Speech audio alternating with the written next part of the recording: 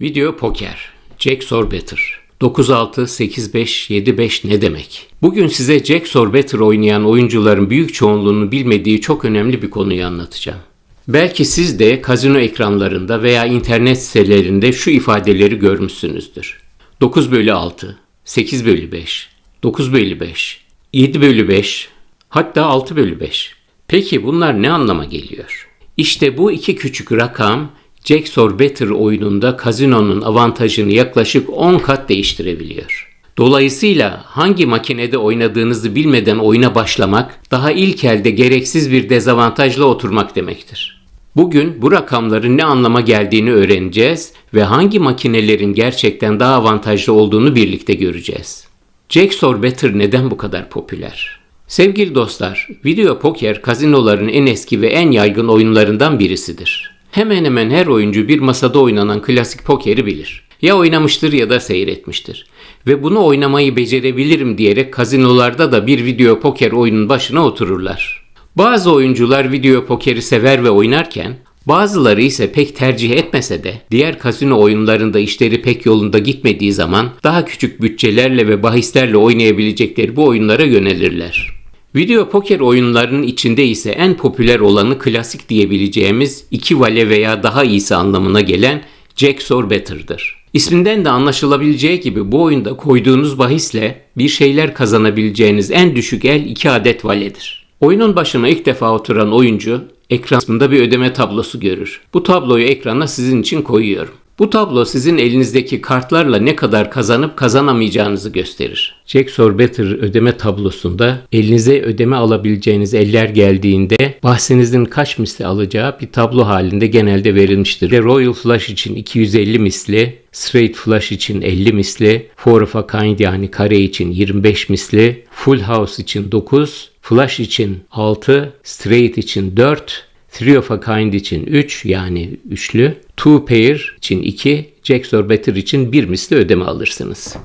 Oturur başlarsınız oynamaya ama bu oyundaki kazinonun avantajının yüzde kaç olduğunu, ne kadar kazanıp kaybedebileceğinizi bilemezsiniz. İşte bugün size video poker oyunlarının en başında gelen Jack or better'ın kazino avantajını anlatacağım. Sevgili dostlar, oyun tamamen standart 52'lik bir desteğiyle oynanır. Rakibiniz yoktur. Blöf yoktur. Psikolojik savaş yoktur. Bütün sonuçlar matematik ve olasılık üzerine kuruludur. Klasik poker bilen birçok oyuncu bu oyunun başına oturur ve poker biliyorum bunda oynarım diye düşünür. İşte oyuncuların yaptığı ilk hata burada başlıyor. Çünkü masada oynanan poker ile video poker aynı oyun değildir. Masada rakiplerinize karşı oynarsınız. Burada ise yalnızca olasılıklara ve ödeme tablosuna karşı oynarsınız. Kazino kartların gelme olasılığını değiştiremez. Bir full house'un ya da bir flash'ın gelme ihtimali her zaman aynıdır. Kazino yalnızca kazandığınızda size ne kadar ödeme yapılacağını değiştirebilir. İşte birazdan anlatacağım 9/6, 8/5 gibi ifadeler de tam olarak bunu gösteriyor. Kazino avantajını nasıl değiştiriyor? Şimdi çok önemli bir noktaya geldik. Kazino bu oyunda avantajını nasıl arttırabiliyor? İşte işin püf noktası burada sevgili dostlar. Kazino kartları değiştiremez ama ödeme tablosunu değiştirebilir. Yani aynı full house size gene gelir, aynı flush gene gelir. Fakat bu eller geldiğinde size kaç kat ödeme yapılacağını kazino belirler. İşte biraz sonra anlatacağım 9/6, 8/5 veya 7/5 ifadeleri tam olarak da bunu gösteriyor. Yani oyunun matematiği aynı kalıyor, değişen tek şey kazandığınızda cebinize giren para oluyor.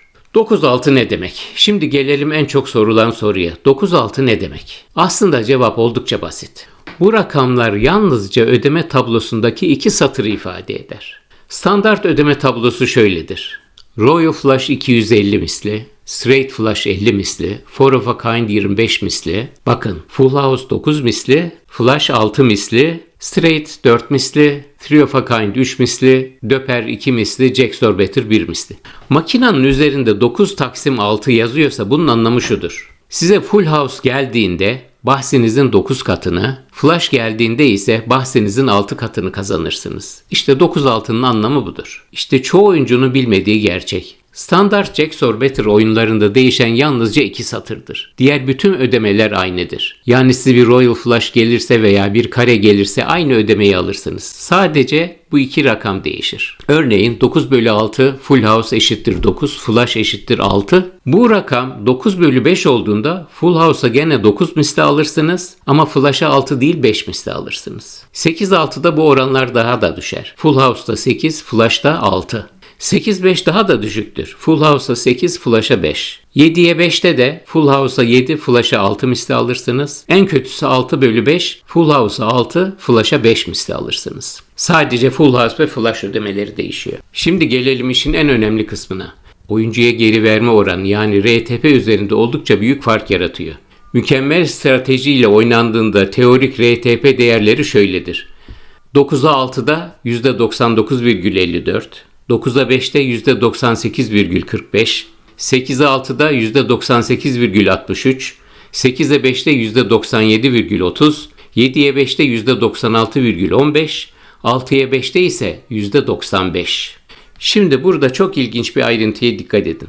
Birçok oyuncu 9/5'in 8/6'dan daha iyi olduğunu düşünür. Çünkü ilk rakam daha büyüktür. Ama gerçek tam tersidir. 9'a 5'in RTP'si %98,45, 8'e 6'nın RTP'si ise %98,63. Yani 8/6 makinesi aslında biraz daha avantajlıdır. Demek ki RTP'yi belirleyen tek ödeme Full House değildir. Flush ödemesi de en az onun kadar önemlidir. Çok önemli bir uyarı. Buraya kadar anlattıklarım standart Jack Better ödeme tabloları için geçerlidir. Bazı kazinolar ise yalnızca Full House ve Flush ödemelerini değil, Straight, Two Pair, Straight Flush, hatta Royal Flush ödemelerini bile değiştirebilir. Artık hangi makinelerin daha yüksek teorik RTP sunduğunu biliyorsunuz. Ancak unutmayın, doğru makineyi seçmek savaşın yalnızca yarısıdır. Diğer yarısı ise doğru strateji uygulamaktır. Bir sonraki videoda hangi kartların tutulacağını, hangilerinin atılacağını ve bu oyunda %99'un üzerinde teorik RTP'ye nasıl yaklaşabileceğimizi konuşacağız. İşte Jack Better'ın gerçek matematiği de orada başlayacak. Bu konudaki bir sonraki videoda Jack Better'ın temel stratejisini anlatacağım. Ayrıca yazdırıp yanınızda taşıyabileceğiniz temel strateji kartını da sizlerle paylaşacağım. Bu videoyu faydalı bulduysanız beğenmeyi ve kanala abone olmayı unutmayın. Sorularınızı her zaman yorumlarda yazabilirsiniz. Elimden geldiğince hepsini cevaplandırmaya çalışıyorum. Kazino oyunlarının matematiğini ve temel stratejilerini anlattığım diğer videoları da Cep Mühendisi YouTube kanalında bulabilirsiniz. Videolarım ilginizi çekiyor ve yeni içeriklerden haberdar olmak istiyorsanız kanala abone olmayı lütfen unutmayın.